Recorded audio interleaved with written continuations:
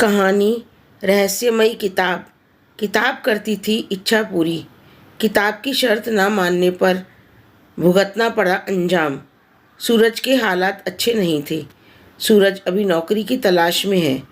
घर की हालत ठीक न होने के कारण उसकी पढ़ाई ज़्यादा नहीं हुई है। पहले वो किसी कपड़े की दुकान में काम करता था, लेकिन दुकान घाटे में होने के कारण मालिक ने उसे नौकरी से निकाल दिया। अब छोटे शहर में उसके लिए कुछ ज़्यादा काम है नहीं, तो वो थोड़ा सा निराश है। एक शाम घर वापस जाते वक्त उसे झाड़ियों में किताब दिखाई देती है। वह किताब को उठाकर देखता है। उसके कवर पर ही लिखा होता है, जो भी यह किताब खोलेगा, यह किताब चमत्कारी रूप से उसके जीवन को बदल देगी। सूरज को पहले तो यकीन नहीं होता, लेकिन फिर वो उसे घर ले आता है।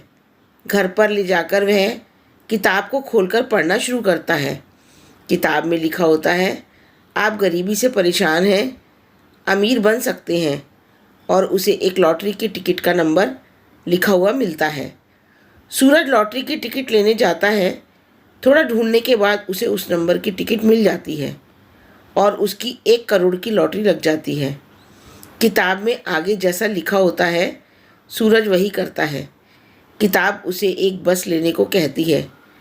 सूरज वैसा ही करता है और धीरे धीरे किताब की मदद से 1 साल में सूरज की 5 बसें चलने लगती हैं। सूरज अब करोड़पति बन चुका है।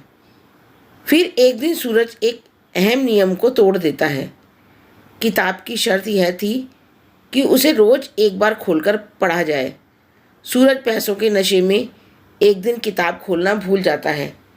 फिर जब उसके अगले दिन सूरज किताब खोलता है, तो किताब की शर्त ना मानने की वजह से किताब उसे दंड स्वरूप उसकी आधी दौलत दान करने को कहती है, वो भी 2 दिन के भीतर भीतर। सूरज को लालच आ जाता है। वह किताब की बात नहीं मानता। उसकी बात ना मानने पर किताब उसे आखिरी चेतावनी देती है और लिखती है कि अगर उसने ऐसा नहीं किया तो उसकी सारी दौलत बहुत जल्द खत्म हो जाएगी। सूरज को अब गुस्सा आता है। वह किताब को लेकर फिर जंगल में झाड़ियों में फेंक देता है और सोचता है कि अगर वह ठीक से काम करेगा तो ऐसा कुछ नहीं होगा। किताब उसे फिर बना देती है भिखारी, लेकिन सूरज जो सोचता है ऐसा कुछ नहीं होता।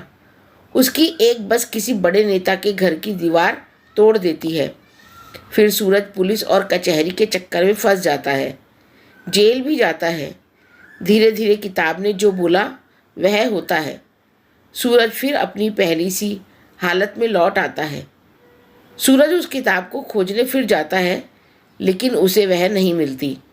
शायद अब वो किसी और का भविष्य बदल रही होगी। आपको यह कहानी पसंद आई हो तो कमेंट कर ज़रूर बताएं। यहाँ आपको ऐसे ही मज़ेदार कहानियाँ सुनने को मिलेंगी, और हमें सब्सक्राइब और शेयर करना ना भूलें। धन्यवाद।